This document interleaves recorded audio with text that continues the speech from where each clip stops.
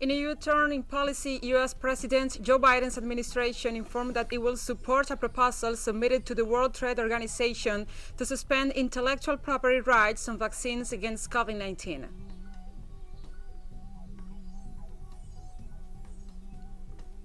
At least 25 people were killed this Thursday when heavily armed police stormed a favela in the city of Rio de Janeiro, allegedly in pursuit of drug traffickers.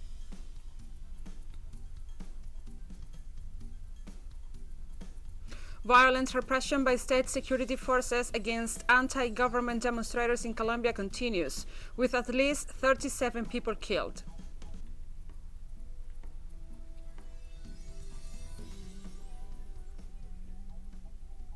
From the headquarters of teleSUR English in Havana, Cuba, this is From the South. I'm Gladys Quesada. The leaders of India, South Africa and Russia welcomed this Thursday the United States' decision to stop blocking the lifting of intellectual property rights on vaccines at the World Trade Organization.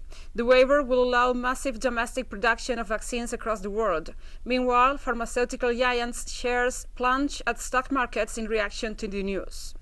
After the U.S. announcement, the head of the European Commission, Ursula von der Leyen, has said the bloc is now ready to discuss the joint India-South Africa proposal for the waiver of COVID-19 patients introduced last year at the WTO in Geneva, which has been blocked by the United States, the United Kingdom, and the European Union up until now. However, pharmaceutical companies are urging U.S. President Joe Biden to reverse the decision as they saw their shares plunge at global stock markets. The waiver still faces intense negotiations at the World Trade Organization in order to proceed.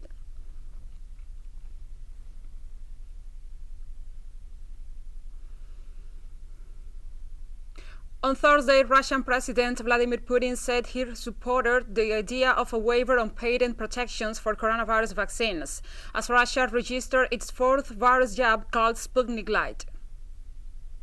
We are hearing from Europe an idea that, in my opinion, deserves attention, namely, to remove patent protections from COVID-19 vaccines altogether. Russia would, of course, support such an approach in current circumstances. As I have said many times, we should not think about how to extract maximum profit, but about how to ensure people's safety. In the meantime, South African President Cyril Ramaphosa reiterated his support for easing vaccine patent restrictions to support the production of low-cost generic vaccines and help poorer countries that are struggling to immunize their populations. Such a waiver should facilitate effective transfer of intellectual property, technology and know-how on mutually beneficial terms. This will ensure production is ramped up across many countries to ensure timely, affordable and equitable access to diagnostics, vaccines and therapeutics. Pfizer and BioNTech announced on Thursday they are donating vaccine doses to inoculate athletes for this summer's Tokyo Olympics.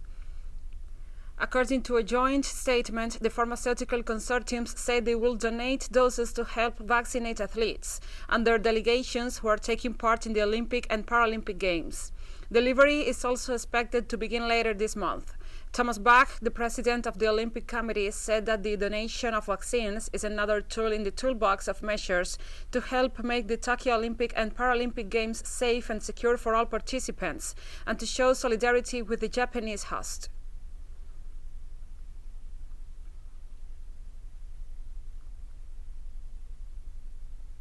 In Bolivia, state organizations involved in the administration of justice and activists against gender-based violence announced a new drive to fight against the delay of justice in cases of femicide and domestic violence. Our correspondent, Freddy Morales, brings us more details. And judicial authorities, together with activists against gender and domestic violence, announced a new campaign to address the drama of delayed justice in cases of femicide. This operation will be carried out in the 9 districts of Bolivia in order to identify the endemic ill that affects the justice system, such as judicial delay and corruption. The campaigns carried out so far have achieved progress. 777 cases of those that have already been concluded with a resolution. There are only 268 pending, We are talking about 509 cases of femicides that have already been concluded. The almost 800 cases in the statistics refer to cases of femicide in which judicial proceedings have been opened since 2013, when a law against domestic violence came into force. There is even a legislative committee that monitors the delay of justice. Forensic audits in those cases in which there is a delay of justice that have been abandoned, filed in some cases. It will be possible to identify why they were abandoned, why each case was filed, why the criminal type was changed. It was reiterated that official statistics do not reflect the reality of this tragedy in Bolivian society, due to the fact that there is still reluctance on the part of the victims to report it. There is a lack of reporting culture. There are people, women or children, who have been assaulted who keep quiet because of the threats they have received. Generally, these types of cases happen within the four walls of the home. That is the reason for the recommendation. Generally, the children have been attacked by relatives, stepfathers. We arrive home and we do not talk to our children. In the department of La Paz alone, in the first 4 months of the year, there were 2,341 reports of domestic violence, 10 femicides, 112 reports of rape, and 67 reports of rape of an infant or child. Freddy Morales, teleSUR, Bolivia. And we'll be right back after this very short break, so don't go away.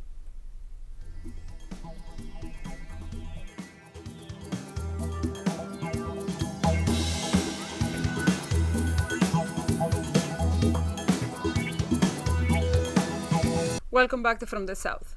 On Thursday in Brazil, heavily armed police stormed a favela in the city of Rio de Janeiro, allegedly in pursuit of drug traffickers, killing at least 25 people in what activists call one of the deadliest raids in the city's history.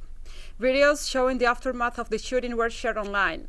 According to local media reports, a police officer is among the victims of the shooting, as well as several civilians who were simply going about their daily businesses and were caught by stray bullets. Nearly 800 people were killed by police in the Brazilian state of Rio de Janeiro in the past 9 months, as raids remain a terrifying routine for residents despite a Supreme Court ruling to halt incursions during the coronavirus pandemic. New figures show that between June 2020 and March 2021, 797 people were killed in Rio State, 85% in the city of Rio and surrounding metropolitan region.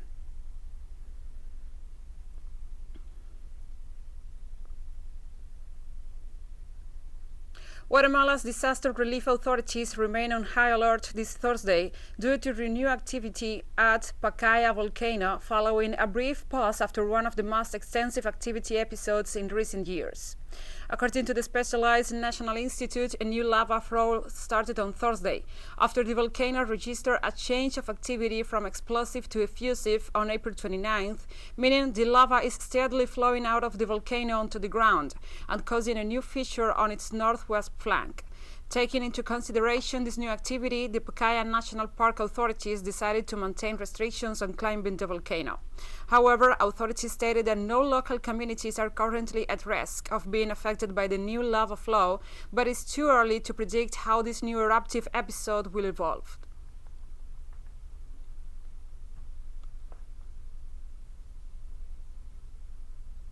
For the 9th consecutive day, this Thursday, Colombia took to the streets once again in defiance of a violent crackdown by security forces and to demand the implementation of social policies to overcome the economic crisis resulting from the pandemic. According to the NGO Temblores, which provides information on police abuse, over 1,700 cases of police violence have been reported. Of these, over 200 people have suffered physical violence by the police, 98 have suffered gunshot wounds, and 37 have been killed. 26 people have sustained eye injuries as a result of the deliberate police practice of shooting at demonstrators' faces. Over 900 people have been arrested and 11 cases of sexual abuse by security forces have been confirmed. These figures are based on the information available, but the International and National Strike Committee and other organizations continue to collect all complaints from victims of police brutality to identify the exact number of fatalities and injuries, stressing that the process is limited because health workers have orders not to provide information to human rights organizations.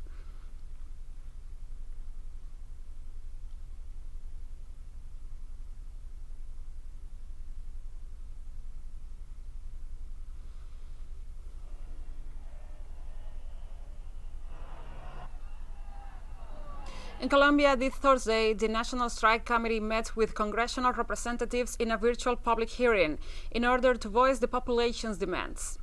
Representatives of the strike committee denounced that the executive branch has continued to ignore their demands, first issued last year. They also warned of the escalating violence in the country and criticized the state's abandonment of the most vulnerable social sectors in the midst of the health and economic crisis. The protest leaders stressed that any process of dialogue with authorities must generate concrete results that benefit the Colombian population.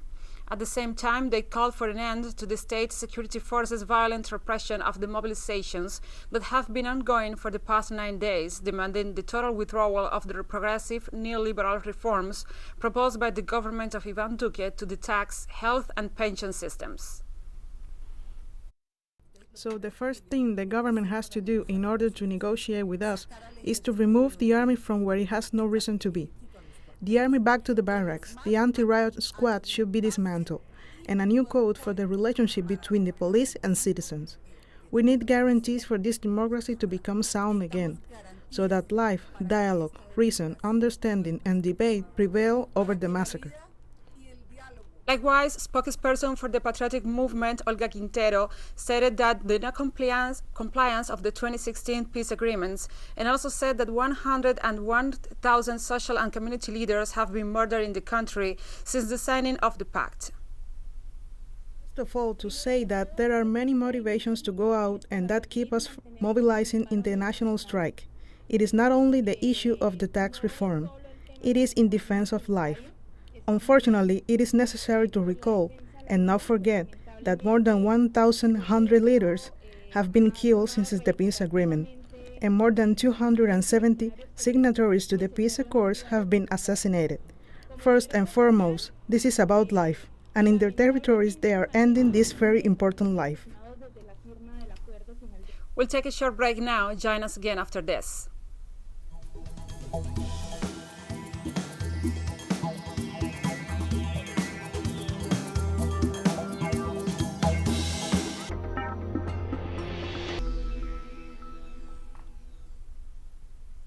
Welcome back to From the South. Polling stations have closed across the United Kingdom, where local elections were held this Thursday, the first since the beginning of the pandemic and a test for the unity of the country. Double Super Thursday, due to the amount of elections to be held on the same day, every adult in England, Scotland and Wales was able to cast at least one vote, which is a rare outside the general election, as many elections had been postponed from last year due to COVID-19. Elections for the Scottish and Welsh Parliament, 143 local councils and 13 mayors in England, including the capital London, were held. According to a poll by Sky News, it is expected that the Scottish National Party will secure a narrow parliamentary majority in the vote, which will put it on track to proceed with a second referendum on Scottish independence. Authorities are unsure how long it will take to count votes while keeping to social distancing requirements, with the first results not expected until Friday and some unlikely to be known until Monday.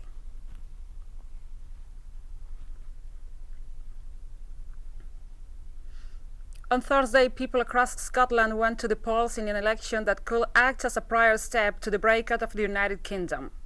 The Scottish National Party, which has led minority government since 2016, said a big victory will give it the moral right and political momentum to hold another referendum on whether Scotland should become an independent, sovereign state.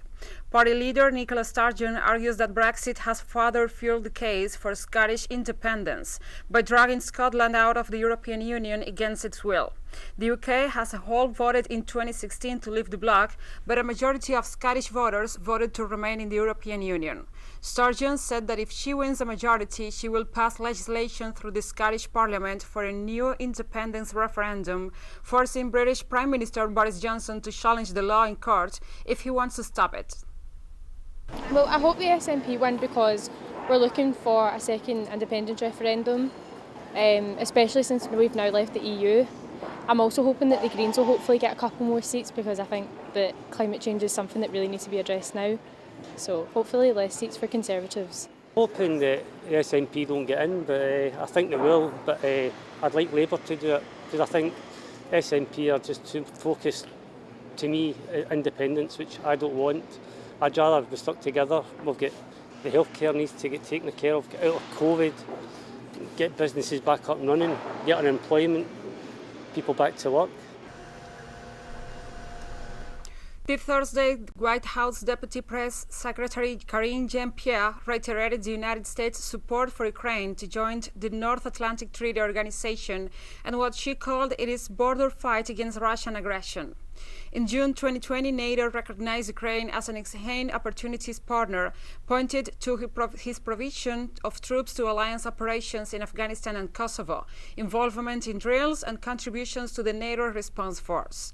Last month, Russian Foreign Ministry spokesperson Maria Zakharova said that any hypothetical Ukrainian membership in NATO will lead to a large-scale escalation of the frozen war in the country's east, and warned that it may lead to irreversible consequences for Ukrainian statehood, presumably because millions of Ukrainians, particularly in the country's east and south, oppose membership in the alliance. The statement from the Biden administration comes as U.S. Secretary of State Antony Blinken visited Ukraine and following the recent escalation in tensions with neighboring Russia, which has repeatedly expressed its concerns about the NATO build-up on its western borders.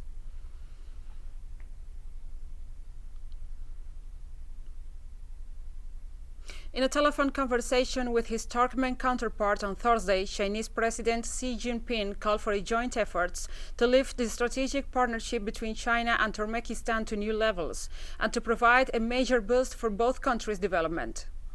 The Chinese president suggested that the two sides seize opportunities to comprehensively expand cooperation and infuse fresh vigor and vitality into bilateral cooperation. He also pointed out that since the establishment of their diplomatic ties, China and Turkmenistan have created a number of firsts in their relations and also become true strategic partners.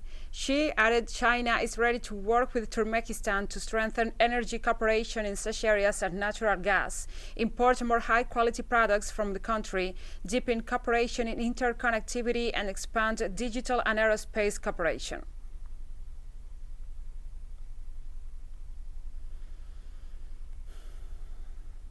South African President Cyril Ramaphosa stated that a standby force will be ready to assist in Mozambique if called upon by continental and regional bodies. The comments came in response to a surge in jihadist violence that has displaced tens of thousands in the north of the country. Vital that the countries of the Southern African region and indeed the African continent assist in both ending the conflict and also assessing and addressing rather the social, economic and political factors fueling the violence. So what we seek to do is to secure the lives of our people in SADC, and much as it is happening in Mozambique, we are interested in making sure that we secure the lives of Mozambicans, but at the same time, we want to ensure that there is economic growth in our region, in our various countries, as well as on our continent. And we have come to the end of this news brief. But remember, you can find this and many other stories on our website at telesurenglish.net. And also, if you feel so inclined, please join us on social media. We are on Facebook, Twitter, Instagram, and Telegram. For Telesur English, I'm Gladys Quesada. Thank you for watching.